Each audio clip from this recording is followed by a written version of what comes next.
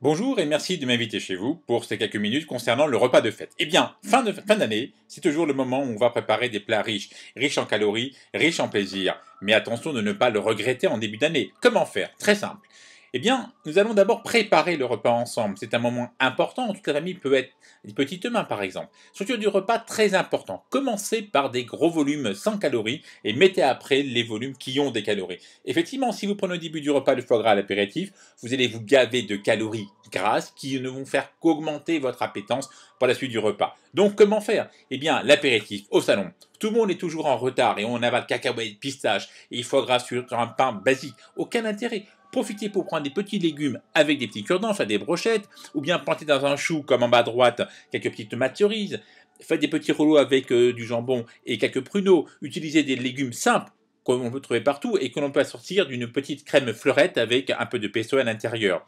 On peut aussi mettre à table à l'apéritif des petites crevettes, pas chères, des crevettes grises, des crevettes grosses, ou bien faire cuire des noix de pétoncle à la vapeur, puis les finir après la poêle, comme c'est indiqué sur mon site, et faire des canapés avec des tranches de courgettes ou des tranches de salade toutes bêtes. On passe à table. Acte 1, scène 1, les fruits de mer chic. Et là, on aura les langoustes, les langoustines, le homard. Les mayonnaises maison sont bien moins embêtantes pour la santé que les industrielles, donc faites-le, il y en a pour quelques minutes.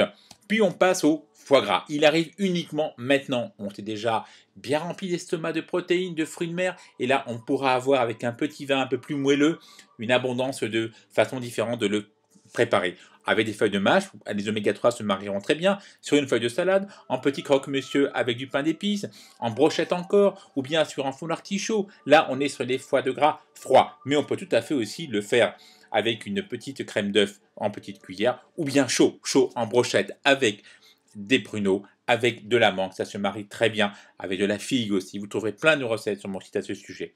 Évidemment, vient la rituelle. La dinde de Noël. Eh bien, on va consommer qu'un peu de protéines, c'est-à-dire un peu de blanc, quelques marrons pour faire plaisir, et on pourra tranquillement arriver sereinement sur un dessert.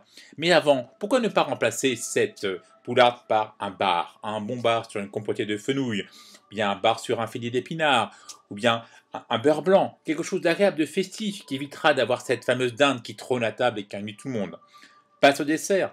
Pourquoi encore consommer la bûche au beurre gras? Utilisez un dessert de rêve. Faites-vous livrer par un glacier local une montagne de sorbet. Ça plaira aux grands aux petits et on sera très heureux de se lever léger pour pouvoir danser, ouvrir les cadeaux de Noël. Voilà, je vous souhaite une bonne fête de fin d'année, bonne fête de Noël et n'oubliez pas, l'alimentation, c'est aussi la santé, la vitalité et la minceur. À bientôt!